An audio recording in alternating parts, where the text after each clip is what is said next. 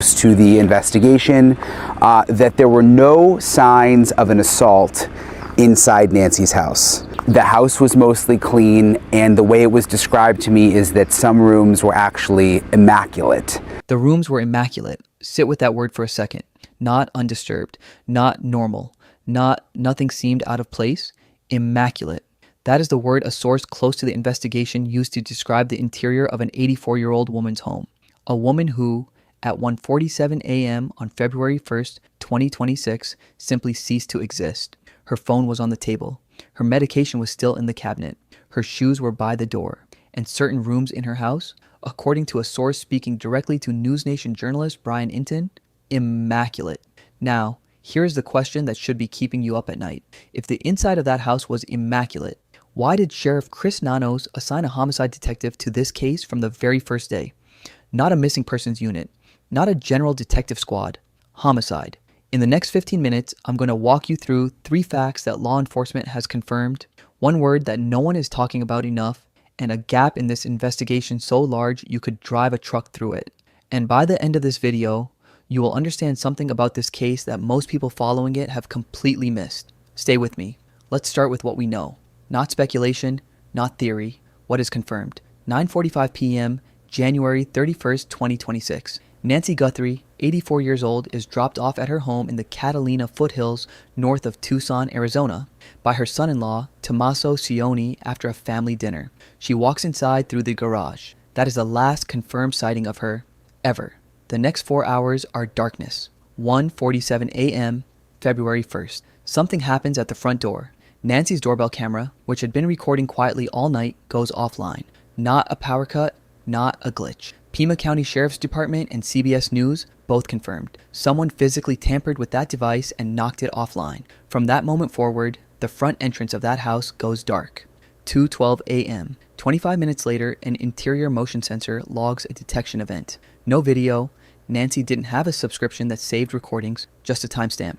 Just a signal that says, something moved inside this house. 2:28 a.m. Nancy's pacemaker loses its Bluetooth connection to her phone. Her phone, which was recovered the next morning, still inside the house, stopped receiving her heartbeat signal. That is the last digital trace of Nancy Guthrie. 41 minutes. From the moment the camera went dark to the moment her pacemaker went silent. 41 minutes is all it took. And here's what makes those 41 minutes extraordinary. When Nancy's family arrived the next day, when deputies walked through that front door, the inside of that house looked like nothing had happened at all. But something had happened, and the evidence was exactly 1 step outside that front door. I'll show you what the blood at that threshold actually tells forensic investigators, and why its location may be the single most important detail in this entire case. Here is what Pima County Sheriff's Department has publicly confirmed. There was blood at the front entrance of Nancy Guthrie's home. That blood was DNA tested and confirmed to be hers. Now, where exactly? Not deep inside the house, not in the bedroom, not in the hallway, at the threshold, at the door. Ashley Banfield, reporting for her podcast Drop Dead Serious, described the pattern as droplets. Identical, undisturbed droplets that began at the front hall and continued over the threshold and out the front door. That word over is doing enormous forensic work. Here's what a blood analyst will tell you. When blood presents as droplets continuing over a threshold in one direction, it is consistent with someone moving, not someone who fell, not someone dragged backward, not a static injury, moving, forward, out. A former detective described the drip pattern as consistent with a head or nose injury, drops falling straight down with no directional travel, which means whoever was bleeding at that door was likely standing or walking. Not horizontal, not being dragged. She may have walked to that door herself. And that raises a question that changes everything about this case. Why would an 84-year-old woman at 2 a.m. walk to her front door? She couldn't hear. Her hearing aids were on the nightstand. She struggled to walk more than 50 yards without assistance. She was in her pajamas. She had no shoes. What was compelling enough to get Nancy Guthrie out of bed, across her house, and to that front door in the middle of the night? There are only 2 answers: trust or coercion. And in a house where certain rooms were described as immaculate, where there's no sign of a struggle inside, the trust explanation starts to carry enormous weight, which means whoever stood on the other side of that door may not have been a stranger to Nancy Guthrie. But here's where this case breaks open, because while the interior was clean and the blood was only at the door, law enforcement made a decision on day 1 that contradicts everything a clean scene should suggest. And when I tell you what that decision actually means procedurally, you're going to understand why former FBI agent Jennifer Kidnapper called it out publicly. This is public record, confirmed by multiple mainstream outlets, not in dispute. From the very first hours of this case, before a body was found, before a cause of death was established, before anything was known, Pima County Sheriff Chris Nanos assigned homicide detectives. I need you to understand what that means procedurally, because if you're not familiar with how law enforcement deployments work, it's easy to assume they were just being cautious. They weren't. Homicide detectives are a specialized resource. They handle death investigations, suspicious deaths, cases where the circumstances indicate a person did not die of natural causes. They are not typically assigned to missing persons cases at the outset. A standard missing persons report routes to a missing persons unit, a general detective squad, possibly a vulnerable adults unit given Nancy's age. Assigning homicide on day one is a command-level classification decision. It says, we believe, based on what we have seen, that this case involves a death. Not, we're being careful, not just a precaution. This case involves a death, and now we have a source close to that same investigation telling Brian Enton that certain rooms inside the house were immaculate. So I'm going to ask you the exact question that retired FBI Special Agent Jennifer Kidnapper asked publicly the moment that report dropped. If there was no sign of disturbance inside the house, what exactly did those first deputies see that made homicide the classification from day one? That is not a rhetorical question. That is the question at the center of this entire investigation. And it gets worse, because we now know, thanks to Fox News reporting, that the lead detective assigned to the Nancy Guthrie case had never investigated a homicide before. Not once. A law enforcement insider told Brian Enton the people who were there on the scene were not tenured homicide detectives. The supervisor had never investigated a homicide before being installed as supervisor of the homicide unit. So, a decision was made on day one that this was a homicide case. The detectives assigned to investigate it had no homicide experience. The crime scene, according to former U.S. Surgeon General and 30-year Pima County Sheriff's veteran Dr. Richard Carmona, was opened prematurely and potentially corrupted before evidence collection was complete. Carmona's exact words, once it has been corrupted, that's the end of it. You cannot reconstitute a crime scene. And here is where the word comes back. The one word that opened this video. The one word that a source used to describe certain rooms in a house where law enforcement called homicide from day one. Former Pima County homicide detective Kurt Dabb told Brian Enton, I had heard that information from some of the deputies who had responded, that the house wasn't in shambles. He then said something that should stop you cold. I think these individuals felt comfortable being there. They were there for one thing and one thing only, it appears, and that was to take Nancy. Comfortable, in a stranger's home, at 2 a.m., comfortable enough to leave certain rooms immaculate. Now, there are two ways to read an immaculate crime scene. Reading 1. No violent struggle took place inside. The person was taken at or near the door without a fight inside the home.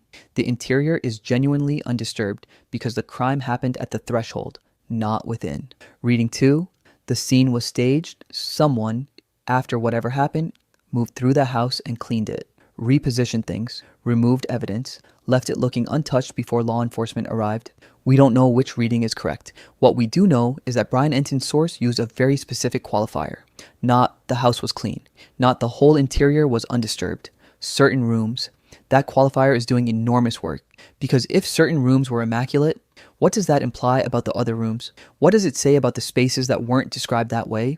And those other spaces, the ones not called immaculate, may be exactly where investigators are now focusing their forensic attention. One theory, gaining traction among experts, this was not one person. It is very highly unlikely that it is one individual, a former detective said, pointing to the difficulty of removing an elderly woman with mobility limitations alone. The operation required people inside and outside the home, coordinated, timed, executed within 41 minutes. That's not a crime of opportunity. That's a military-level extraction. And here is where the 3 surveillance dates come in, because investigators have now identified 3 specific Saturdays, January 11th, January 24th, and January 31st, when someone was watching Nancy Guthrie's home before she disappeared.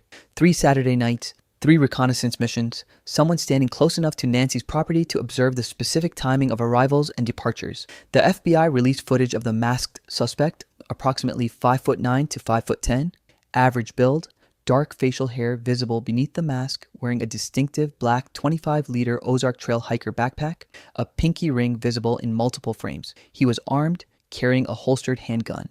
On those 3 Saturdays, an observer positioned near that property would have noticed several things: the layout of the cameras, the timing of the lights, the rhythm of the household, and, critically, whether the small black terrier that Nancy's neighbor Jeff Lamy often saw accompanying her in the front yard was still around. It wasn't. Nancy's dog had died months before February 1st. A barking dog at 2 a.m. in the Catalina foothills, where nights are silent and sound carries, would have changed everything. It would have triggered lights, drawn neighbors to windows, made a masked man standing outside a vulnerable woman's door impossible to ignore. Retired Lieutenant Bob Kyrie said it plainly: a barking dog draws attention, makes whoever is there uncomfortable, and uncomfortable people are more likely to get back in their vehicle and leave. Did the person who watched that house on 3 consecutive Saturdays notice the dog was gone? Did they factor that silence into their planning? Law enforcement has not publicly addressed that question, but the fact that they identified those 3 dates means they know someone was watching. And someone who watches a target on 3 separate occasions before moving is not improvising. They were ready. Here is where we are as of today. Day 63 of this investigation. Nancy Guthrie remains missing. No suspect has been publicly named. No motive has been confirmed. A 20 to 24 person task force, split between Pima County Sheriff's Department and the FBI, is actively working the case. DNA from the scene is being analyzed at a private laboratory in Florida. The samples are complex, multiple contributors, no conclusive match yet. The pacemaker is still active, still transmitting, still out there somewhere with its unique MAC address, 6 to 7 more years of battery life remaining. A reward of $1.1 million is active. $1 million from Savannah Guthrie's family, $100,000 from the FBI. And yet, the gap this video has been building toward, the gap between certain rooms were immaculate and we assigned homicide detectives from day one, has not been publicly closed. Sheriff Nanos has given press conferences, he has given assurances, he has given procedural language about an ongoing investigation. He has not explained what those first deputies saw when they walked through that door on February 1st that was significant enough to classify this as a homicide before anyone publicly called it that. That is the question Jennifer Coffin-Daffer is asking. That is the question this case demands an answer to. And that is the question that, if it ever gets answered, will reshape everything we think we know about what happened to Nancy Guthrie in those 41 minutes of darkness. 2 facts, sitting side by side, unreconciled. Certain rooms were immaculate. Homicide was the classification from day one. Those 2 things cannot both be true without a 3rd fact that explains them. And that 3rd fact has not been made public. When it is, this case breaks open. If you're anywhere in the Catalina foothills area of Tucson and you notice anything unusual on the night of February 1st, internet outages, cameras behaving strangely, a pet acting out of character, contact the FBI at 1-800-CALL-FBI or submit tips at tips.fbi.gov. The reward is real. The information matters, and Nancy Guthrie deserves to come home. We'll be watching, and we'll see you in the next one.